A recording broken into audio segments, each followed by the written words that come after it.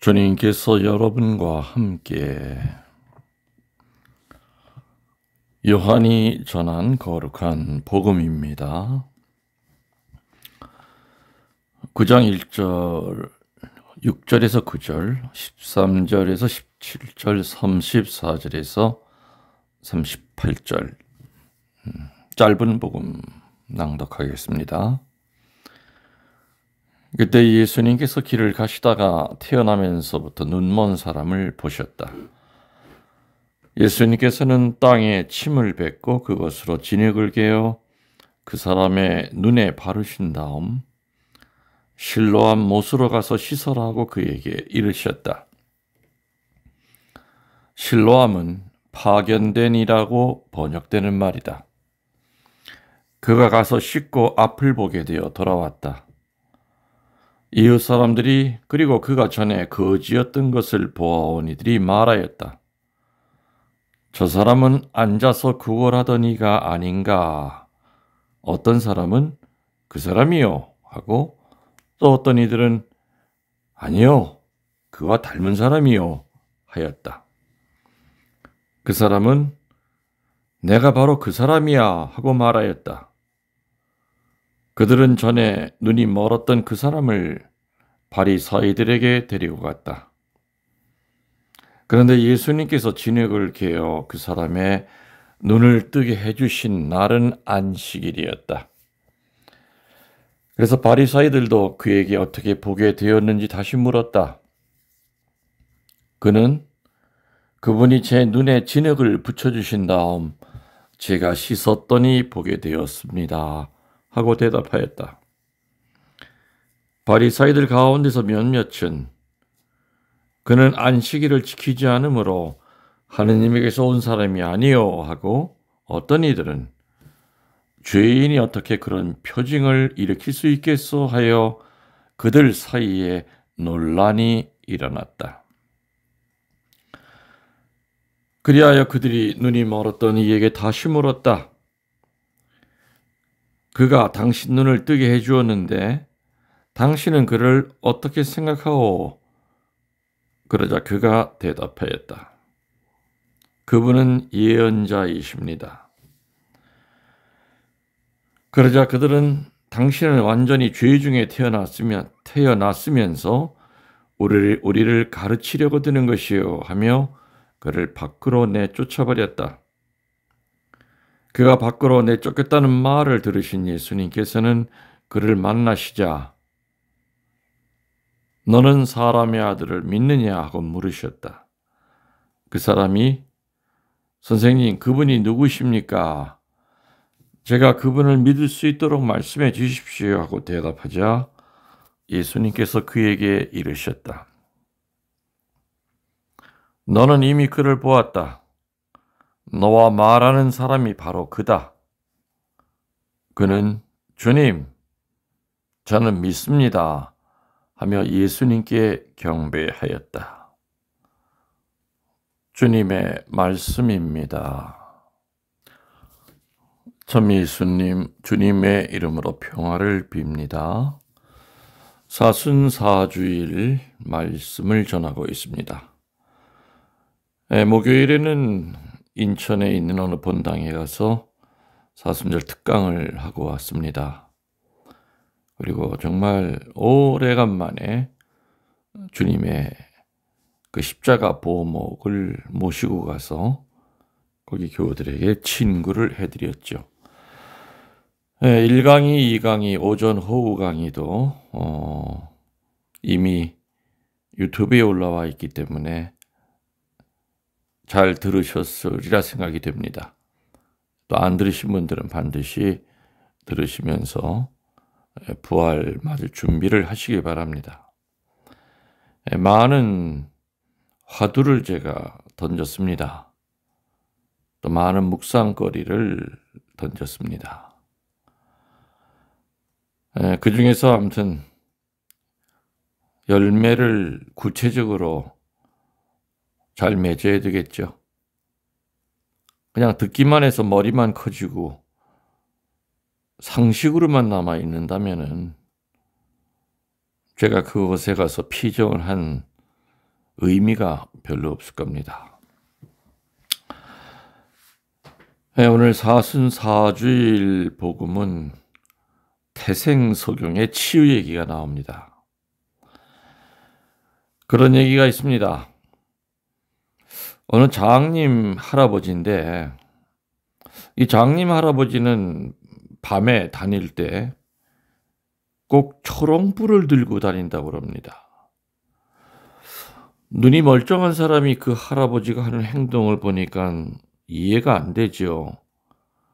초롱불을 드나 안 드나 그냥 장님인데 초롱불을 들어도 그 눈이 보이겠습니까? 아니지요. 그래서 궁금해서 물었다고 합니다. 할아버지, 앞도 안 보이시는데 왜 초롱불은 들고 다니십니까? 그랬더니 그 할아버지 뭐라고 그랬겠습니까? 어떤 말이 나오리라고 여러분들 짐작하고 계십니까? 이렇게 얘기했다고 합니다, 할아버지가. 앞이 안 보이는 내가 호롱불 든다고 뭐가 보이겠냐? 눈뜬 놈들이 와서 자꾸 부딪히기 때문에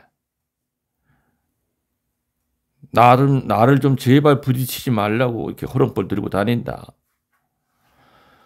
눈이 먼 나도 사람 안 부딪히고 잘 다니는데 왜 그렇게 눈뜬 인간들이 헤매고 돌아다니는지. 그래서 내가 호롱불 들고 다닌다.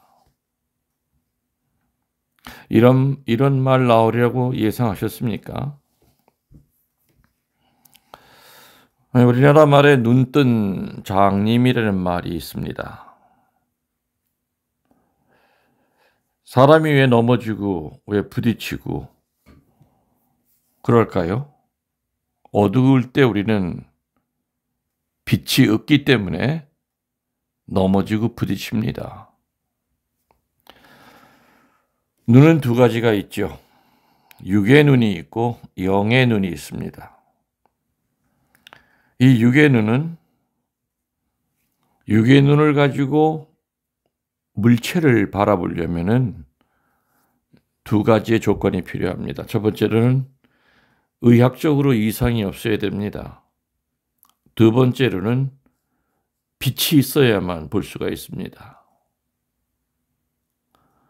네, 저도 이제 나이가 드니까 벌써 여러 해 전부터 한 4년 전에 그런 진단을 받았으니까 모르겠습니다. 아직 가보긴 가봐야 되는데 그때 3년 전인지 아무튼 몇 년 전에 눈이 하도 이상해서 갔더니 백내장 초기 그리고 황반변성 초기 또 녹내장 초기까지 있어서 이렇게 활자가 깨지고 햇빛을 보면 이렇게 눈이 아픈 이유가 그런 거였다고 그때 얘기했습니다. 그래서 그때 당시로는 뭐 아주 수술하고 그럴 단계는 아니다. 근데 어떤 그 후에 분명히 좀 진행이 된 것은 확실합니다. 점점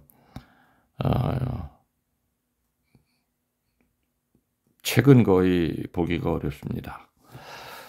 아무튼 이렇게 육신의 눈이라고 하는 것은 그 육신의 눈으로 뭘 보려면은 일단 눈에 병이 없어야 됩니다. 그리고 빛이 있어야 되겠죠. 소경은 태어날 때부터 소경도 있고요. 뭐 약을 잘못 먹었다든지 아니면은 사고가 나서 눈이 다쳐서 육의 눈이 안 보이는 경우도 있습니다. 그런데 영의 눈은 어떤 상태가 돼야만 그 영의 눈이 뜨이냐면은 하나밖에 없습니다. 성령의 빛을 받아야 됩니다. 뭔 빛을 받아야 된다고요? 성령의 빛을 받아야 된다. 오늘 이 태생소경의 이야기는 참 드라마틱합니다.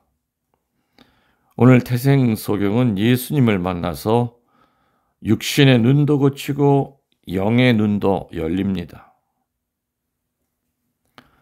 육신의 눈은 고친다고 그리고 영의 눈은 열린다고 표현합니다.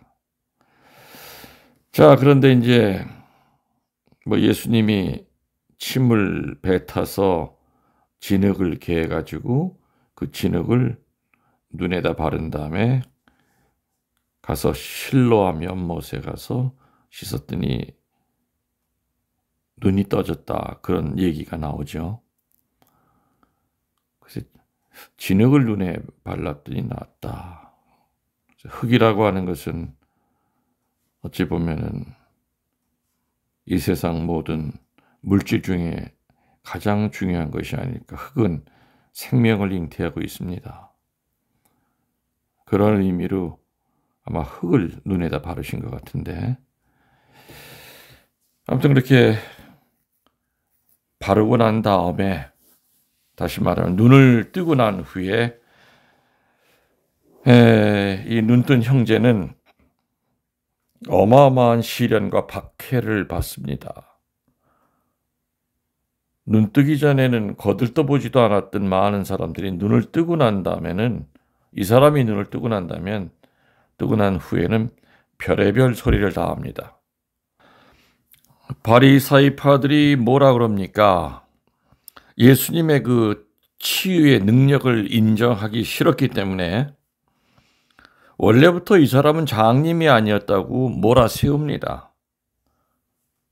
그리고 오늘 짧은 복음을 했기 때문에 생략이 됐지만은, 원래 긴 복음에는 부모까지 불러서 정말 당신들 아들이 원래부터 소경이었느냐고 확인까지 합니다. 이렇게 서슬이 시퍼런 그런 분위기 속에서도 눈을 고친, 영의 눈이 열린 이 사람은 당당하게 외칩니다. 너는 그 사람이 누구라고 생각하느냐 하는 그 바리사이들의 질문에 그분은 예언자이십니다 하고 당당하게 외칩니다. 이렇게 영의 눈이 열린 사람은 분별력과 담대함이 생깁니다.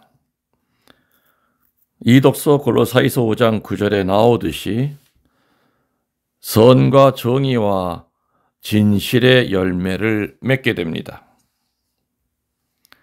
성령의 빛을 받아 영의 눈이 열리면 악쪽이 아니라 선쪽으로 돌았습니다. 그리고 불의에 맞섭니다.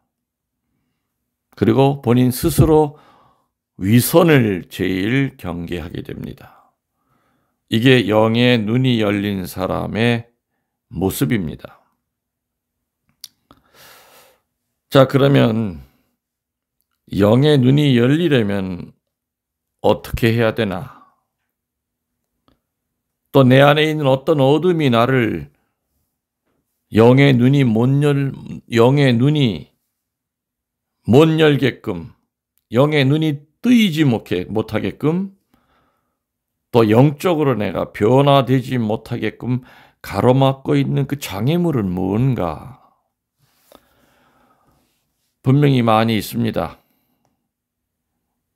하나하나 조목조목 얘기를 드리면, 첫 번째는 영의 눈이 열리려면, 그리고 내가 걷어내야 될 그 장애물 첫 번째는 죄의 악으로부터 해방이 되어야 됩니다. 죄 중에 있는데 어찌 영의 눈이 열리겠습니까? 내면에 잠재해 있는 악이 밖으로 드러나는 것을 우리는 죄라고 합니다. 죄는 내 안에 있는 악을 물리치지 못할 때 나오는 결과입니다. 그래서 이러한 악을 물리치려면 철저하게 준비된 고해성사를 봐야 됩니다. 목요일 인천 피정에서도 인성의 상처를 치유하는 4가지의 교회의 가르침 가운데 하나가 올바른 성사 생활이다. 성체의 성사를 잘하기 위해서는 올바른 고해 성사를 봐야 된다 하는 것을 피정 오신 분들에게 강조했습니다. 성모님의 메시지에 의하면 많은 사람들이 모 고해의 유혹으로부터 벗어나지 못하고 거짓 고해를 하기 때문에 지옥으로 바로 떨어진다. 참 섬찟한 얘기를 많이 하셨습니다. 실제로 고해소에 앉아 있다 보면은 이 사람은 지금 모 고해를 하고 있구나 하는 것을 그런 느낌이 옵니다. 정말 얘기해야 될 것은 저 밑에 감추어 놓고 그냥 성체는 영해야 되겠으니까 주일 몇 번 빠졌습니다. 그렇게 고해할 것이 없을까? 아무튼 우리들은 마귀가 우리들을 모고해의 죄로 몰아가는데 단호하게 맞서야 됩니다. 내 죄가 아무리 진홍색처럼 붉어도 고해소 안에는 예수님이 계시기에 신부님에게 고해를 하는 것이 아니라 그 옆에 계신 예수님에게 고해를 하고 예수님은 사지의 입을 빌려서 너의 죄를 사하노라 한다는 것을 추호도 의심치 말고 내 죄의 크고 작음을 떠나서 희고 불금을 떠나서 정직하게 겸손하게 고해를 해야 됩니다. 고해 성사를 통해서 빛이 내 안에 들어오면 어둠은 물러나게 되어 있습니다. 그래서 형식적인 고해가 아니라 가슴을 찢는 성사를 봐야 되고 준비된 성사를 봐야 됩니다. 후회가 아니라 회개를 해야 된다고 그랬습니다. 후회는 죄에 떨어진 자기 자신이 그냥 미울 뿐이지 하느님의 마음을 생각하지 않는 겁니다. 그러나 회개는 하느님의 마음, 성모님의 마음을 헤아리는 겁니다. 내가 그 죄를 졌을 때 하느님 마음이 얼마나 아프셨을까? 내가 그리 헤매고 돌아다닐 때 성모님이 얼마나 애태우셨을까? 내가 그렇게 죄를 지을 때마다 내 안에 계신 성령이 얼마나 몸이 다르셨을까? 하느님의 마음으로 하느님의 마음을 헤아리면서 성찰하는 것이 회개고 후회는 그냥 자존심이 상한 겁니다. 죄에 떨어진 지 자신이 그냥 미울 뿐입니다. 그래서 준비된 성사를 봐야 된다. 고해소 안에서 후회만 하다 나간다면 그 사람은 분명히 확실히 같은 죄에 얼마 안 있다 또 떨어질 겁니다. 그러나 진정 회개를 통한 준비를 하고 고해를 본다면 그렇게 쉽사리 같은 죄에 떨어지질 않습니다. 하느님 마음을 아프게 한다는 것이 얼마나 큰 죄였는가를 깨닫기 때문이지요. 두 번째로 우리의 영의 눈이 떠지지 못하게끔 막는 두 번째 걸림돌은 지나치게 머리로만, 다른 말로 이성으로만 하느님을 믿으려 하는 것입니다. 뭐라고 그랬습니까? 이성적으로만 하느님을 믿으려 하는 것이다. 유한한 인간이 무한한 하느님을 어찌 다 알 수 있겠습니까? 인간의 머리로 하느님을 알아야 얼마나 압니까?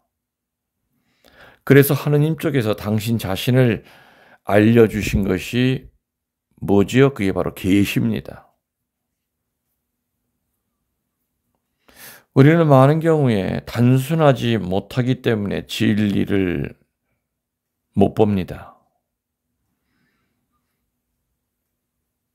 신학교에서 그 많은 신학 공부를 하고도 저는 십자가의 뜻을 잘 몰랐습니다. 근데 어느 날 꼬뱅이 하나가 성당에 들어와서 십자가 앞에 제대 뒤에 있는 십자가를 보더니 더하기다 더하기다 하면서 하나를 배웠다는 듯이 뛰어나갔습니다. 그 아이는 아마 학교에서 더하기를 배우고 성당에 오니까 더하기 표시가 있고 그 더하기 표시가 어느 한 사람의 몸으로 연결이 되어 있는 것을 봤던 겁니다. 그 아이가 그렇게 떠들고 나가는 것을 뒤에서 앉았고 듣고 난 다음에 저는 무릎을 쳤습니다. 맞다, 더하기 표시다. 유한성에 떨고 있는 영혼에게 영혼을 더해주는 표시다. 빼는 표시가 아니라 저 십자가는 더해주는 표시다. 그래서 십자가의 의미를 저는 그 어린아이한테 배웠습니다. 우리는 너무 복잡하기 때문에, 너무 이성적이기 때문에 성령이 내 안에 들어오시지도 못하고 그냥 자기가 보는 육신의 눈으로 보는 것이 가장 정확하다고 착각을 하기 때문에 영의 눈이 떠지질 않는 겁니다.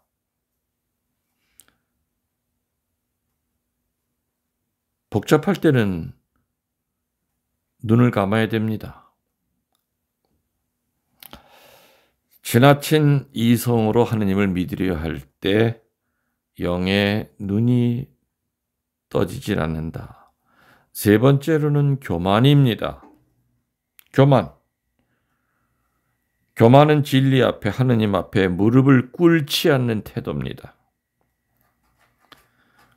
교만은 부족을 인정하지 않고 죄인임을 부정하는 태도입니다. 마귀는 어떻게 해서든지 하나님 앞에 무릎을 꿇지 못하게 합니다. 그래서 한국에 있는 모든 수많은 성당의 장계 틀을 다 없애버렸습니다. 신자들은 무릎을 꿇고 싶어도 꿇지를 못합니다. 전 세계 어디를 돌아다녀봐도 성당 안에 있는 장계 틀을 없애는 나라는 이 대한민국, 이 나라뿐입니다. 그만큼 한국 천주교회에 어둠이 깊이 들어와 있다는 얘기입니다. 전기를 만들고 물을 관리할 때 우리는 어떻게 합니까? 저수지를 만들고 발전소를 만듭니다.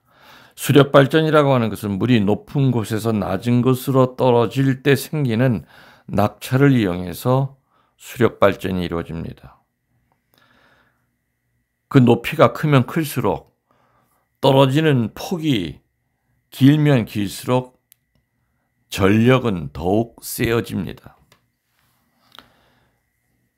마찬가지로 하느님의 능력이 사람에게 나타나기 위해서는 겸손하게 낮고 낮아져야만 됩니다. 산 꼭대기에 있는 물일수록 요란하게 소리를 내면서 밑으로 흐릅니다. 그러나 점점 하류로 갈수록 소리가 잦아듭니다. 그러다 강을 지나고 바다에 가면은 햇볕이 그 물을 하늘로 끌어올립니다. 겸손치 못한 사람은 시끄럽습니다. 그러나 밑으로 내려가면 내려갈수록 평온해지고 평화로워집니다. 성녀 데레사에게 어떤 사람이 한탄을 했다고 합니다. 제 앞에 있는 이 높은 환난을 뛰어넘을 수가 없습니다.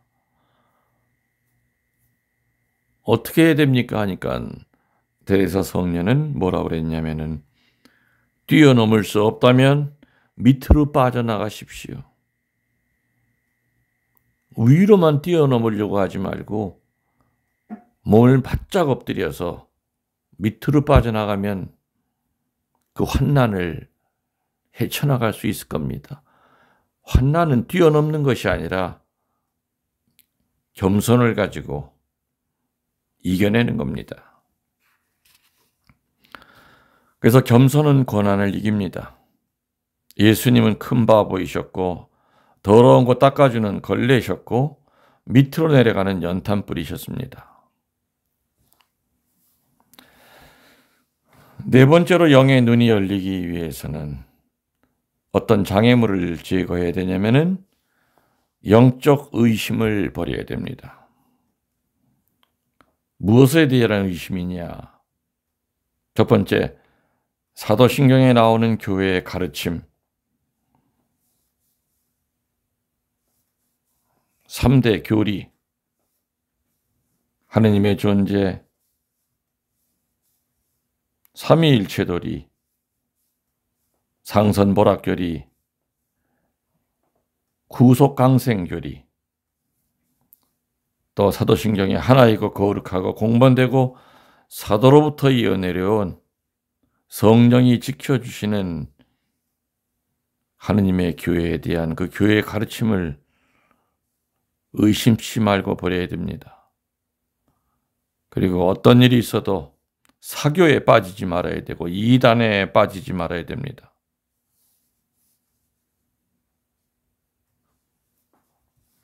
또 어떤 의심이냐? 두 번째로는 미사 때마다 이는 내 몸이다 내 피다 할 때마다 하느님의 현존을 의심치 말고 믿어야 됩니다. 또 어떤 의심을 버려야 되느냐?